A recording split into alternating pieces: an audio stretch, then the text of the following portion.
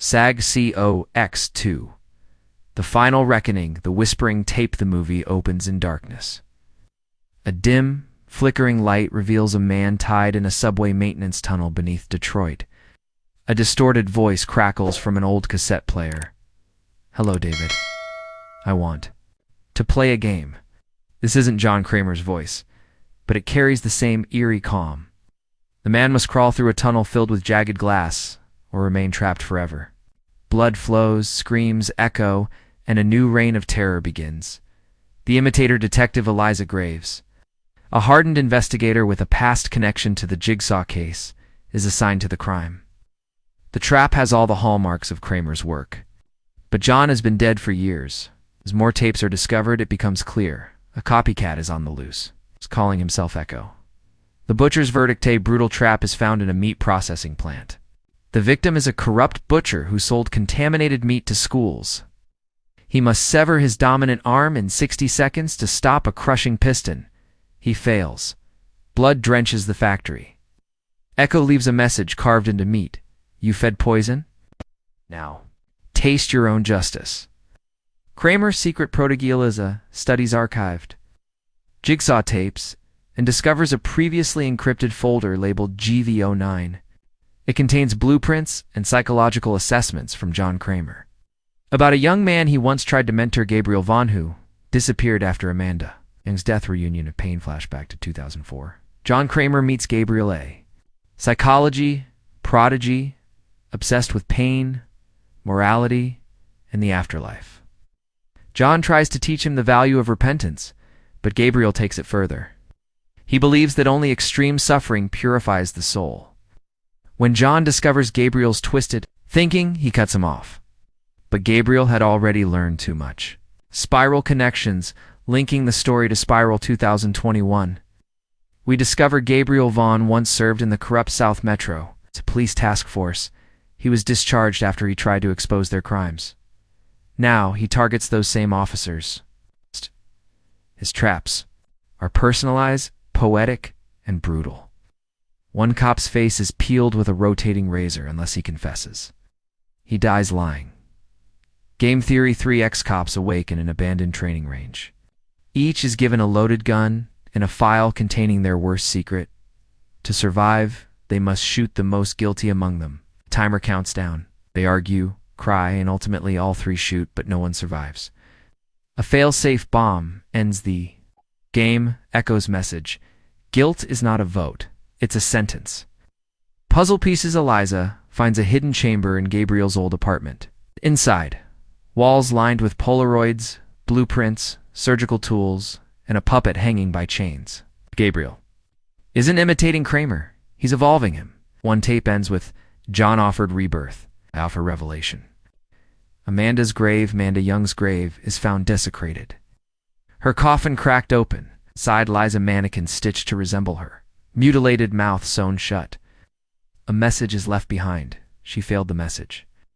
She chose loyalty over truth. Echo is now attacking Jigsaw's legacy, one piece at a time.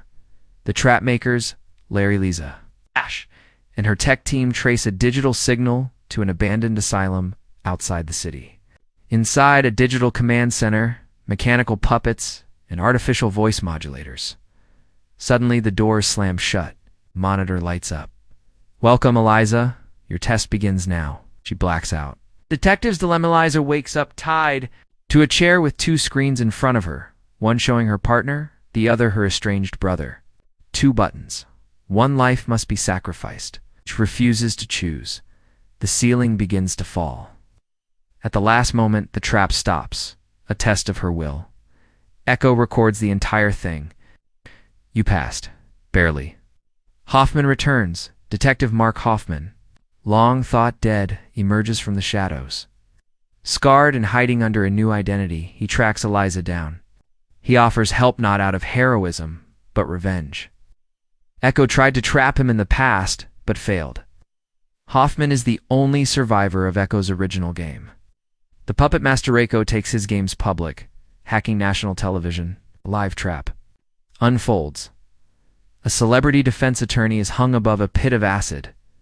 He must swing to 7 platforms, each containing a case he manipulated. With each leap, the platforms narrow. He falls. The world watches. Echo's warning. Redemption can't be sold. Legacy of Jigsaw Hoffman reveals that Kramer left behind a virus program called Silence Protocol, designed to shut down any AI-based trap systems. But it requires physical access to Echo's central server, buried beneath a condemned church. To use it, someone must survive the new cathedral trap. The immortal game Hoffman volunteers. He enters the underground labyrinth, a glass maze filled with heat sensors, acid sprayers, and shifting blades. He narrowly survives but suffers permanent disfigurement.